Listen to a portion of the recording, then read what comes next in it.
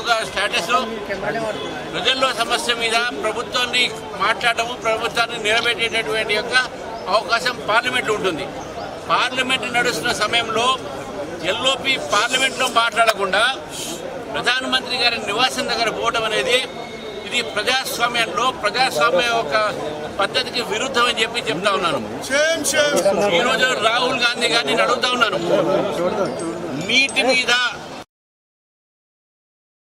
Leakage మీద ప్రభుత్వము చర్చకు సిద్ధం ఉంటే మీరెందుకు చర్చకు రావట్లేదు?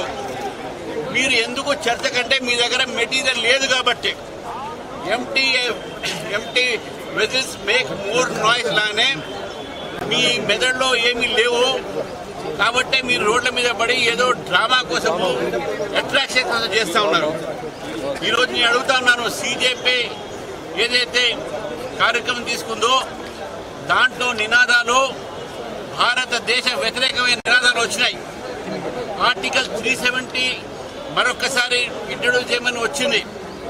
అక్కడ చైనా పాకిస్తాన్ సపోర్ట్ చేసేటటువంటి ఒక వ్యక్తులు అక్కడ వచ్చారు. ఈరోజు వాళ్ళు సోనం వాంగ్చుక్ అనే వ్యక్తిని తీసుకొచ్చారు. గతంలో అన్నా హజారే గారిని ముందు పెట్టుకొని ఈ రకమైనటువంటి ఒక ప్రయత్నం చేశారు. ఇప్పుడు సోనం వాంగ్చుక్ని తీసుకొచ్చారు. ఈ సోనం వాంగ్చుక్ అనే వాళ్ళ ఫాదర్ ఎమ్మెల్యే కాంగ్రెస్, ఈయన దేశ వ్యతిరేకంగా మాట్లాడాడు, చైనాకు సపోర్ట్ చేస్తా అన్నాడు, పాకిస్తాన్కి సపోర్ట్ చేస్తా అన్నారు. ఈరోజు బంగ్లాదేశ్లో జమాతే ఇస్లామీ హింద్ అనేది అక్కడ పార్టీ సిజేపీకి పూర్తిగా మద్దతు పలుకుని చెప్పి ఓపెన్గా లెటర్ కూడా రాయడం జరిగింది. అంటే దేశ వ్యతిరేక శక్తులకు ఈరోజు రాహుల్ గాంధీ సపోర్ట్ చేస్తూ ఉన్నారు. ఆ రాహుల్ గాంధీకి బుద్ధి లేదంటే మన ముఖ్యమంత్రి కూడా బుద్ధి లేకుండా ఆయనకు సపోర్ట్ చేస్తూ ఉన్నాడు. ఇది దేశ వ్యతిరేకమైన శక్తులు ఇవన్నీ కూడా.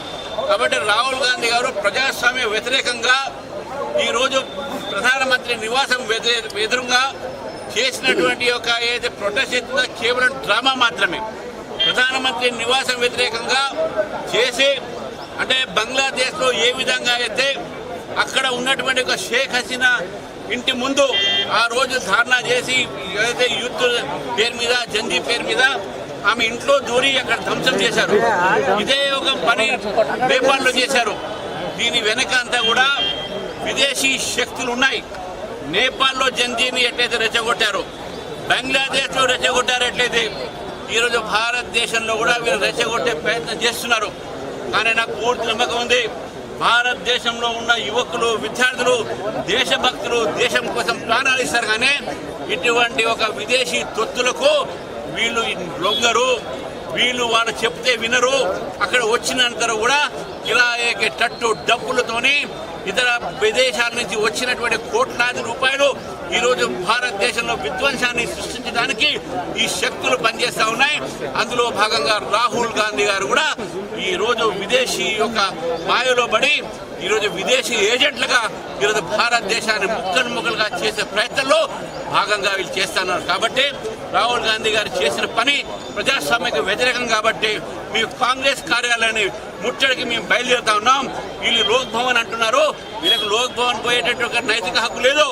భారతీయ జనతా పార్టీ మాత్రం కాంగ్రెస్ పార్టీ యొక్క విధ్వంస రాజకీయాలకు, కాంగ్రెస్ పార్టీ యొక్క ఏదైతే టుకుడే రాజకీయాలకు మేము వ్యతిరేకిస్తూ కాంగ్రెస్ ఒక హెడ్ క్వార్టర్స్ గాంధీ భవన్ ని ముట్టడికి వెళ్తా ఉన్నాం.